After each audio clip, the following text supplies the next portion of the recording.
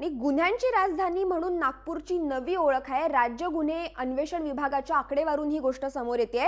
गुन्ह्यांमध्ये नागपूरचा दुसरा क्रमांक लागतोय।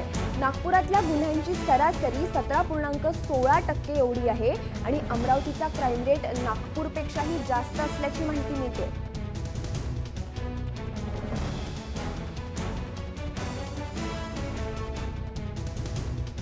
राज्याची उपराजधानी असलेली नागपूर ही आता गुन्ह्यांची राजधानी होते की काय अशी शंका येऊ शकते, कारण नागपुरातल्या गुन्ह्यांची सरासरी ही 17.16% आहे आणि महत्त्वाचं म्हणजे अमरावतीचा क्राइम रेट नागपूरपेक्षाही जास्त आहे।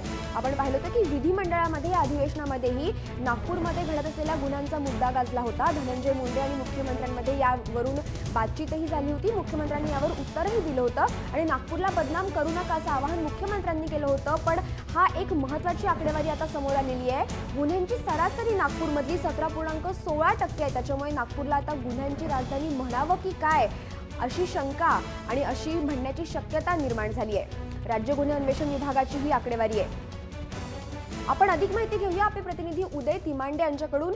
उदय, ही जी आकडेवारी जाहीर झाली आहे याविषयी अजून काय माहिती आहे?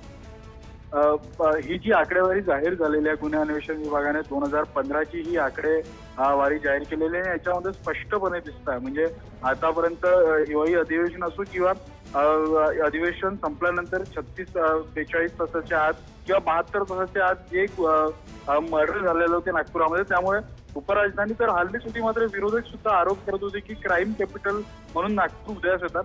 मात्र ही गुन्हे अन्वेषण विभागाची जर आकडेवारी पाहिली तर कुठे ना कुठे यावर शिक्कामोर्तब होते की नागपूर हे जे आहे हे कुठे ना कुठे क्राईम कॅपिटल होतात। कारण आपण पाहिलं की वारंवार मुख्यमंत्री 2015 आणि 2014 ची आकडेवारी देऊन सांगत होती की नागपूरमध्ये गुन्हे कमी झालेला। मात्र आता ज्यावेळेस गृह मंत्रालयाकडून जे गुन्हे अन्वेषण विभाग यादी जाहीर करते त्याच्यामध्ये अशा प्रकारच्या घटना उघडकीस येणं हे कुठे ना कुठे मुख्यमंत्र्यांनी सुद्धा विचार करायला लावण्यासारखे आणि कुठे ना कुठे या गोष्टींवर शिक्कामोर्तब होते की नागपूर आता दिवसेंदिवस क्राईम कॅपिटल होत्या माणसं। बरोबर उदय, दिलेल्या माहितीबद्दल धन्यवाद। तर नागपूर आता गुन्ह्यांची राजधानी होते की काय आणि अशी नवी ओळख नागपूरची निर्माण झाली आहे।